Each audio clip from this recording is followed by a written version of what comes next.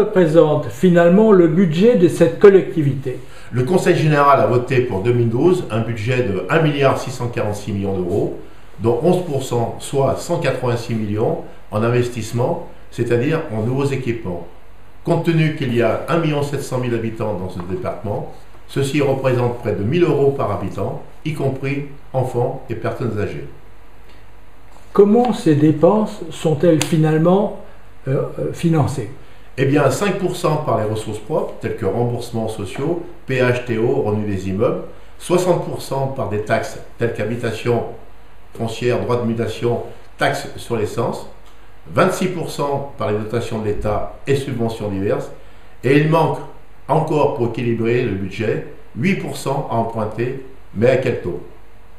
Il est prévu que la dette du département, qui était de 665 millions d'euros à fin 2011, augmentera hélas encore de 111 millions d'euros en 2012 pour atteindre 776 millions à fin 2012, soit 457 euros par habitant.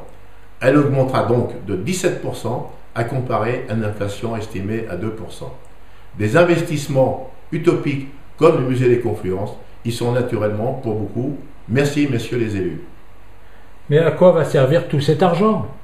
À accomplir des missions qui sont de la compétence du département, à savoir les dépenses sociales qui constituent la première mission des départements, soit action sociale 245 millions d'euros, personnes handicapées 229 millions d'euros, personnes âgées 165 millions d'euros, insertion des chômeurs 198 millions d'euros, l'entretien des collèges 137 millions d'euros, les pompiers 98 millions d'euros, de la voirie et des routes départementales 108 millions d'euros, des transports scolaires et la participation au Citral 97 millions d'euros.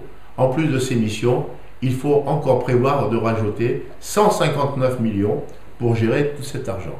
Comme cela ne suffisait pas, nos chers élus ont encore prévu de dépenser plus dans des domaines de compétences qu'ils n'ont pas et que nous contestons, à savoir 86 millions pour la culture et les sports, 26 millions pour le développement économique, et on a vu hélas comment est gérée l'aide à l'investissement des entreprises.